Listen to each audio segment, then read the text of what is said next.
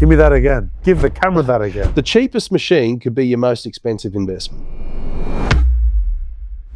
Today you're Matt Gabbett, and what's your position at SCM Group? National Sales Manager. You know, it's a vocation. You got to get invested. You can't be half pregnant with this. You got to get in. So many times in this industry, we see a great cabinet maker, but you go into their business and you automatically know they just don't have a clue about running a business. I personally feel like our industry has become a case of the blind leading the blind. Customers are getting emails saying, hey, look, we've just noticed this anomaly. This could be a chance of happening. Have a look at it.